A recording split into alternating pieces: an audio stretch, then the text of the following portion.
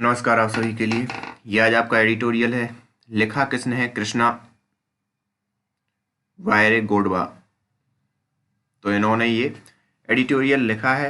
बात किस बारे में कर रहे हैं? तो जैसे कि आप इनका टाइटल देख के ही पहचान सकते हो कि the financial capacity of state is being weekend.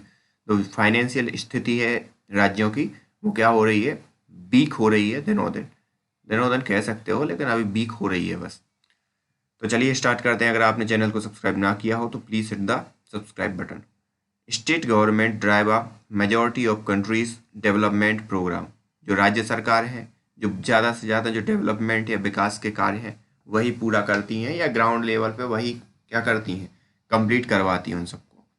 Greater number of people depend on this program for their livelihood development welfare and security.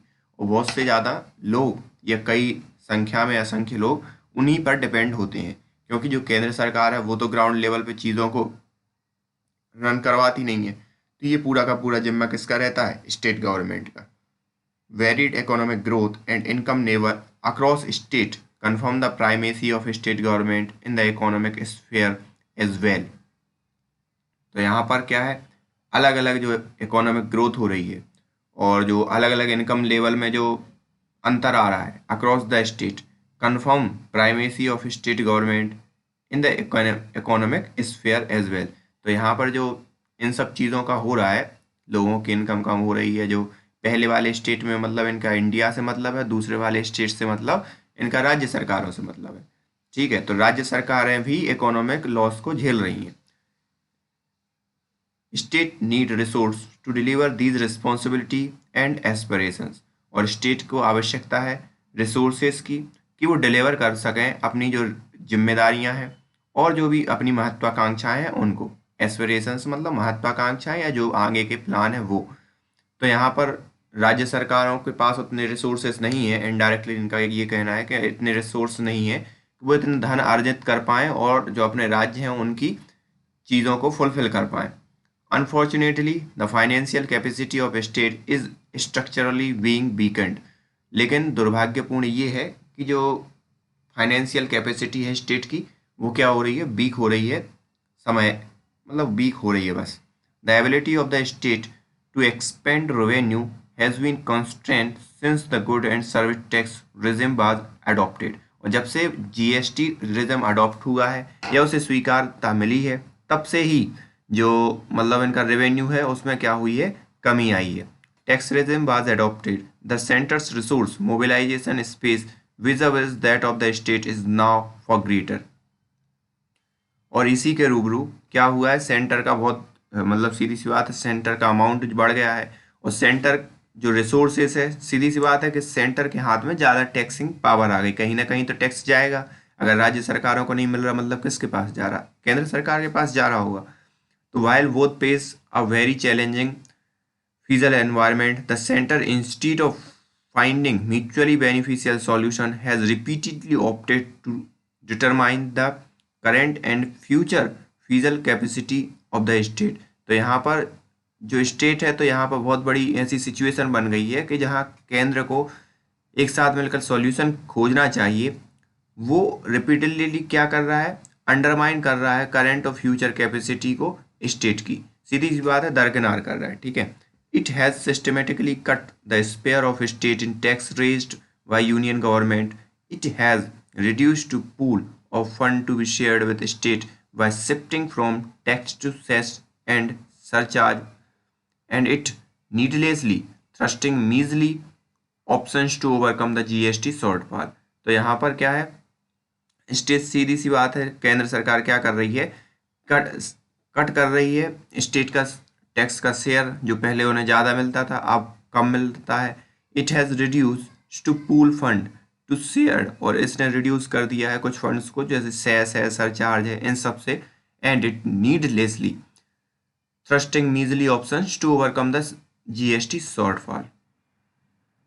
तो needlessly thrusting the measly options to overcome the GST shortfall. ये बेकार रूप से क्या कर रहे हैं? Push कर रहे हैं इस चीज़ को कि जो जीएसटी शॉर्टफॉल है उस चीज़ को क्या किया जाए? कम किया जा सके। मीजली मतलब होता है बहुत छोटा सा एक ऑप्शन दे रहे हैं कि ओवरकम किया जा सके जीएसटी शॉर्टफॉल या जो जीएसटी की समस्या आ रही है। तो इन सब चीज़ों को आपने अभी देखा भी होगा कि जो हमारी फाइनेंस मिनिस्टर हैं उन्होंने ये कह दिया था बीच में कि भाई स्टेट अपना देख लें और हमारे पास अभी इतना फंड है नहीं। डिक्लाइनिंग डिवोल्यूशन, डिक्लाइनिंग डिवोल्यूशन मतलब होता है हस्तांतरण। तो जो राज्य सरकारों का जो हिस्सा था वो क्या हो रहा है, डिक्लाइन हो रहा है, जो कि 2022 तक केंद्र सरकार ने ये कहा था कि जीएसटी के कंपनसेशन के रूप में केंद्र सरकार उनको कुछ अमाउंट में जो भी फिक्स अमाउंट हुआ होगा वो कंपनसेशन देगी। बट ड्यू टू कोविड-19 चीज़ें बदल गई हैं बहुत।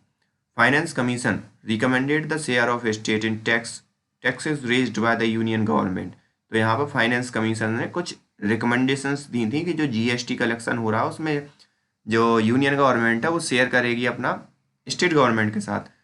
There recommendations are normally adhere to, but जो रिकमेंडेशन है वो जनरली क्या है, पालन होती हैं या पालन करने के लिए ही बनाई गई होती हैं कि मतलब फॉलो करेगी ही केंद्र सरकार।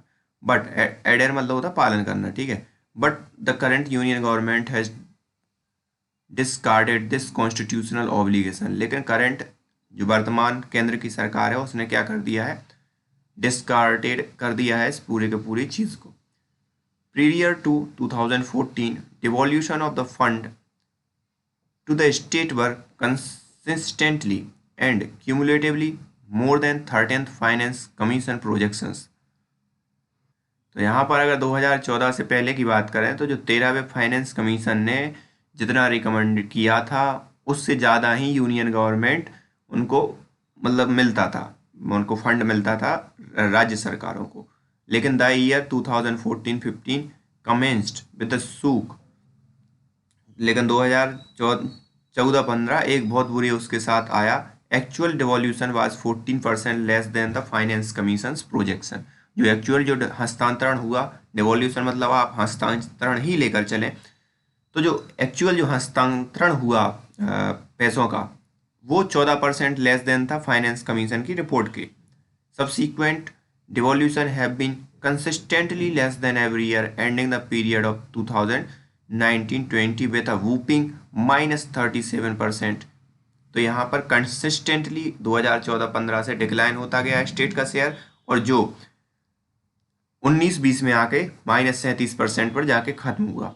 Between 2014-15 and 2019-20 the state got 7,97,549 crore less than what was the projected by the finance commission. तो यहाँ पर इतना कम अमाउंट मिला राज्य सरकारों को जो कि फाइनेंस कमीशन ने रिकमेंड किया था कि भाई इतना तो आपको मिलना चाहिए, तो उसमें से इतना माइनस मिला उनके लिए। This is an undeniable and substantial reduction of the fiscal resource capacity of the state. और ये मतलब ना नकारने योग्य, अनडिनाइबल और सब्सटेंशियल मतलब बहुत ही संवेदनशील रिडक्शन है, बहुत ही महत्वपूर्ण रिडक्शन है। किस चीज़ में, जो भी टैक्स या फीजल या मौद्रिक रूप से रिसोर्सेज हैं उनमें, और जो स्टेट की कैपेसिटी है वो भी इससे क्या होती है, कम होती है। Shrinking the divisible pool, various cesses and surcharge levied by the union government are retained fully bide. तो यहाँ पर क्या हुआ कि जो जीएसटी में जो स्टेट का शेयर था वो यूनियन गवर्नमेंट को शेयर कर दिया, लेकिन बहुत से सरचार्ज थे यूनियन गवर्नमेंट जो टैक्स वसूलती थी या और भी कई टाइप के टैक्स थे, उनको उन्होंने स्थिर बनाए रखा, रिटेंड करके रखा, उनसे हस्तक्षेप नहीं किया। वो डायरेक्ट आज भी यूनियन गवर्नमेंट को ही जाते हैं, उसमें अब स्टेट का शेयर नहीं है। They do not got the into the divisible pool, और उनको डिविजिबल पूल में नहीं डाला। डिविजिबल पूल मतलब एक ऐसी व्यवस्था में जहां राज्य और केंद्र सरकार ने दोनों अपना अपना हिस्सा क्लेम कर सकती हैं, लेकिन वो केंद्र सरकार ने वो अपने हिस्से में ही रखा। This allow the centre's to raise revenue yet not share them with state. और इस चीज़ ने सेंटर को एक पावर दे दी कि वो रेवेन्यू तो रेज कर सकता है लेकिन वो स्टेट के साथ शेयर नहीं करेगा।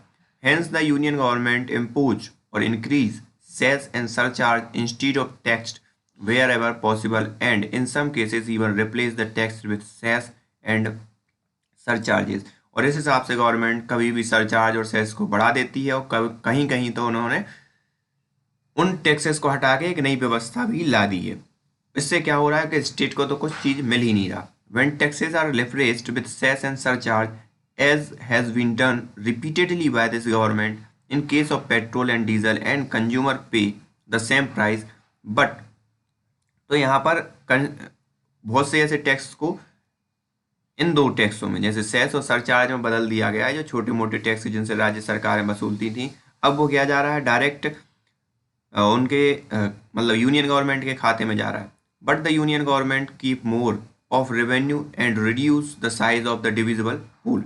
तो यहाँ पर वो क्या कर रही है, जो जैसे पेट्रोल के लिए तो छूट दे रखी है राज्य सरकारों को, लेकिन वो निरंतर क्या कर रही है कि खुद के रेवेन्यू को बढ़ा रही है और उसमें से स्टेट के शेयर को क्या कर रही है, कम कर रही है।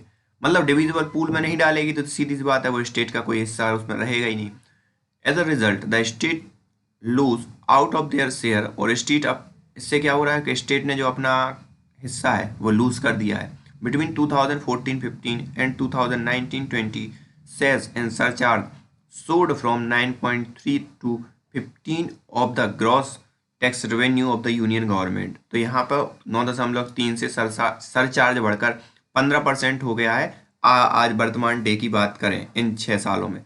This systematic rise ensure that revenue that is fully retained by the union government increase that cost of the revenue that is shared with the state। तो यहाँ पर जो इंक्रीज हुआ है गवर्नमेंट का जो रेवेन्यू यूनियन गवर्नमेंट का, उसने क्या कीमत अदा की, उसकी कीमत अदा की है राज्य सरकारों ने अपने जो रेवेन्यू है उनको शेयर करके। ठीक है, तो यहाँ कहीं ना कहीं जो राज्य सरकारों को जो लॉस हो रहा है वो केंद्र सरकारों को फायदा हो रहा है। In 2019-20 alone the union government expected 3,69,001 crore from the cess and surcharge. और यहाँ पर अगर 2019-20 की बात करें तो सरचार्ज और इन जो सरचार्ज और एक और कौन सा था, सेस के रिगार्डिंग ही 3,69,111 रुपये यूनियन गवर्नमेंट के पास पहुंचे हैं।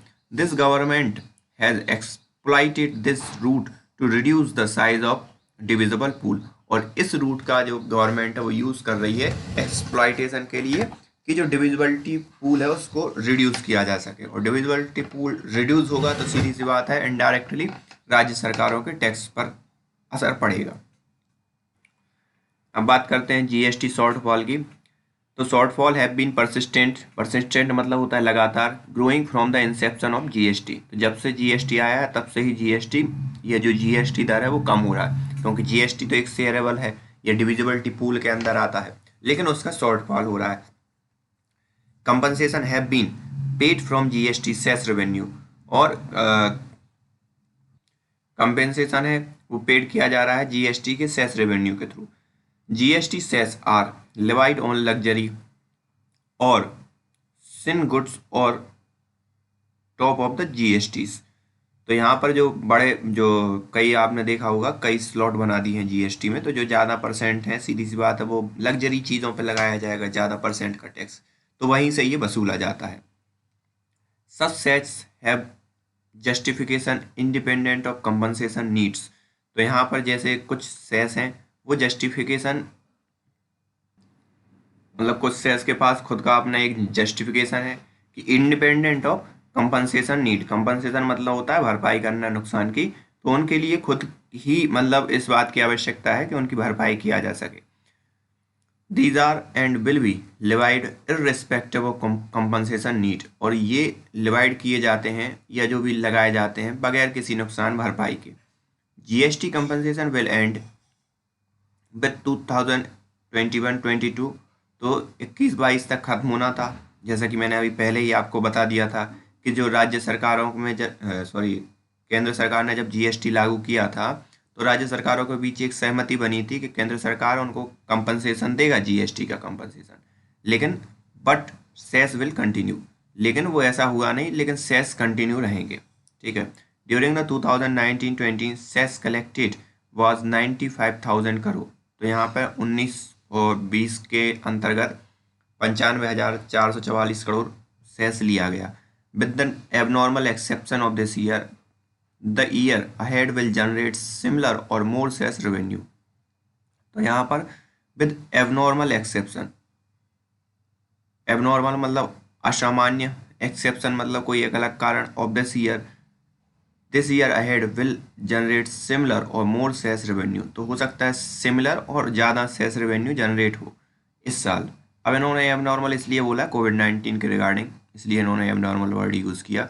This assured cess revenue with the GST can meet any contingency need even of an act of God। तो यहाँ पर इस चीज़ से ये हो गया कि भाई अगर आपके पास सेस पूरा आ रहा है तो वो किसी भी कंटेंजेंसी को क्या कर सकता है, मीट कर सकता है, या किसी भी अस्त व्यस्तता को क्या कर सकता है, ओवरकम कर सकता है। जैसा कि अभी हमारी जो फाइनेंस मिनिस्टर है उन्होंने कहा था कि हम इस कंटेंजेंसी इवन, इसीलिए उन्होंने लिखा है कि इवन एक्ट ऑफ गॉड, ठीक है। तो इस समय भी वो क्या सहायता कर सकता है, इतना से ऐसे कि दे कैन हेल्प द राज्य सरकार, ठीक है, या state government without burdening the centre of और स्टेट गवर्नमेंट। अब इससे ना तो सेंटर पर कोई बर्डन आने वाला है ना स्टेट पर। Hence many state have been insisting outside and inside the GST council that the union government should borrow this year's GST shortfall and full and release it to the state. तो यहाँ पर कई state government ने insist किया है या जोर दिया है कि भाई हमें ना उधार लेना पड़े बल्कि सेंटर ही उधार ले, और फिर उधार लेकर किसको शेयर कर दे, स्टेट गवर्नमेंट को शेयर कर दे, जैसा कि उसने प्रॉमिस किया था 2017 में। The union government will not have to pay a rupee for this डेब्ट और इंटरेस्ट। तो जो यूनियन गवर्नमेंट वो पे नहीं करेगी किसी भी सिंगल रुपी इस डेब्ट के लिए और इंटरेस्ट के लिए। The entire loan can be repaid out of assured cess revenue that will continue to accrue beyond 2020। और ये जितना भी जो जैसे स्टेट गवर्नमेंट मान लो लेती है कुछ पैसा, तो पूरा का पूरा किससे पे कर दिया जाएगा, जो भी सेस आएगा उससे 2020 तक, या सॉरी 2022 के बाद उससे क्या कर रही है गवर्नमेंट, हमारी जो यूनियन गवर्नमेंट है वो पे कर सकती है। तो ये स्टेट का कहना है कि भाई वो उतना ज़्यादा वो पड़ेगा नहीं, आप ही ले लो और आपके पास जो सेस आएगा उससे आप क्या कर देना बाद में इस इंटरेस्ट को, और साथ ही साथ जो मूलधन है या जो प्रिंसिपल है उसको भी आप क्या कर देना, पे कर देना। Of nearly 3 lakh crore GST shortfall to the state the centre will only compensate 1.8 lakh crore. तो जहाँ पर 3 लाख करोड़ की कमी या 3 लाख करोड़ के लगभग कम पैसा पहुंचा है स्टेट गवर्नमेंट के पास, या उनका जो जीएसटी शॉर्टफॉल हुआ है या टैक्स कलेक्शन कम हुआ है, गवर्नमेंट ने सिर्फ 1.8 लाख करोड़ ही उनके लिए दिया है। The state will not get the remaining 1.2 lakh crore this year. और यहाँ पर इस साल उन्होंने 1.2 लाख करोड़ वैसे ही उन्हें नहीं मिला। This cut is being imposed for no reason. और ये जो कट हुआ है इसका कोई रीजन नहीं दिया गया, कोई तर्क नहीं दिया गया। In fact it flies against the need of or of revive the economy। और इनफैक्ट अगर it flies against the need of or revive the economy, और ये उस समय किया गया कि जब हम अपनी इकोनॉमी से रिवाइव करने के बारे में सोच रहे हैं उस समय, ठीक है। Government ought to spend money this year to stimulate demand। तो यहाँ पर गवर्नमेंट को अपनी जो मनी है उसको स्पेंड करना चाहिए था किस चीज़ पर, कि वो इस डिमांड को क्या कर पाए, इंक्रीज कर पाए। और डिमांड कहाँ से इंक्रीज होगी, जब गवर्नमेंट पैसा देगी, सीधी सी बात है, क्योंकि लोगों के हाथ में ये जो भी है, लोगों के हाथ में पैसा नहीं है। Apart from the stream discussed above, central grant are also likely to drop significantly this year.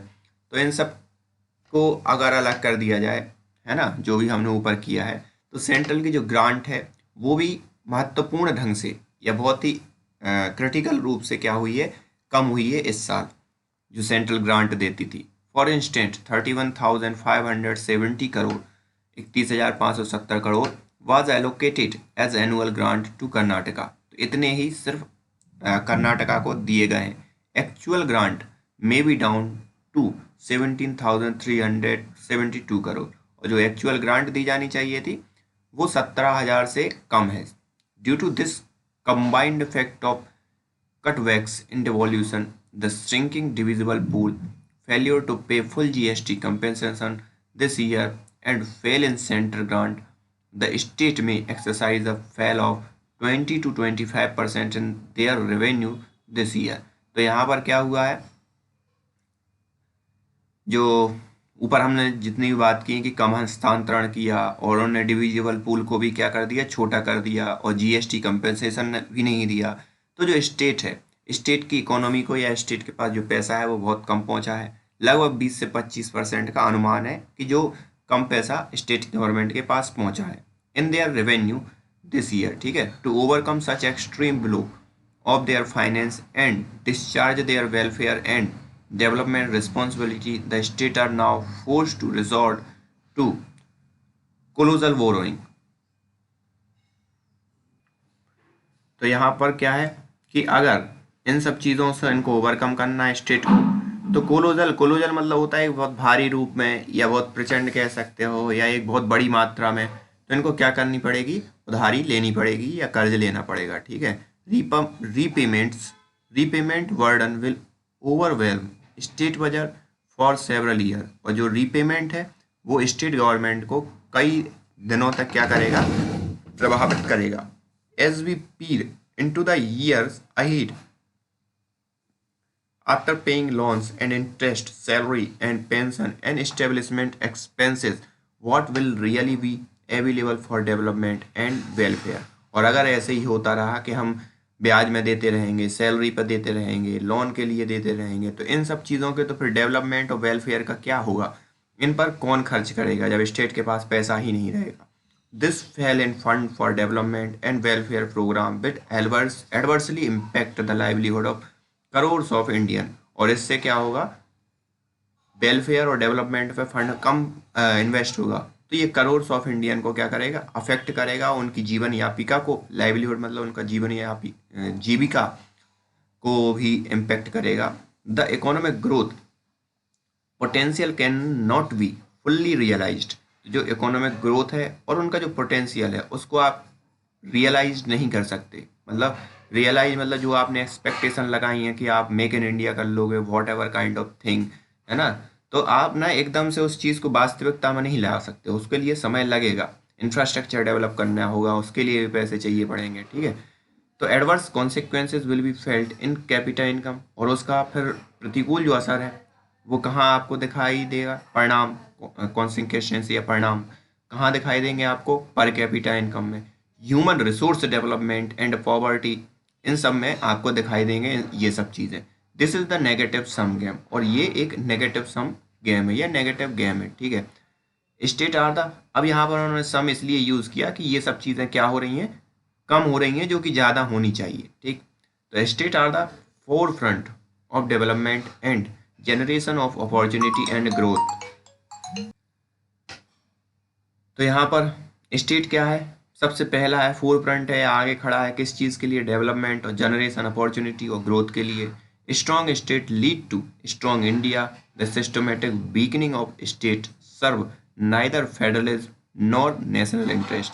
तो यहाँ पर सीधी सी बात है, वो यही कह रहे हैं कि स्ट्रॉन्ग स्टेट क्या करेगा, लीड करेगा इंडिया को, स्ट्रॉन्ग इंडिया को, ठीक है। और अगर आप सिस्टमेटिकली स्टेट को आप वीकर कर दोगे तो वो ना तो फेडरलिज्म का सिद्धांत या जो संघवाद का सिद्धांत है वो उस चीज़ को फॉलो करेगा, ना ही हमारे राष्ट्रहित को कंपल वो कर पाएगा, फुलफिल कर पाएगा। So this is the end. और ये कौन है, तो ये भाई देख लो, farmer agriculture rural development and Panchayati Raj minister government of Karnataka, he was the Karnataka representative in the GST council. तो ये कर्नाटका को रिप्रेजेंट भी कर चुके हैं जीएसटी काउंसिल के अंदर।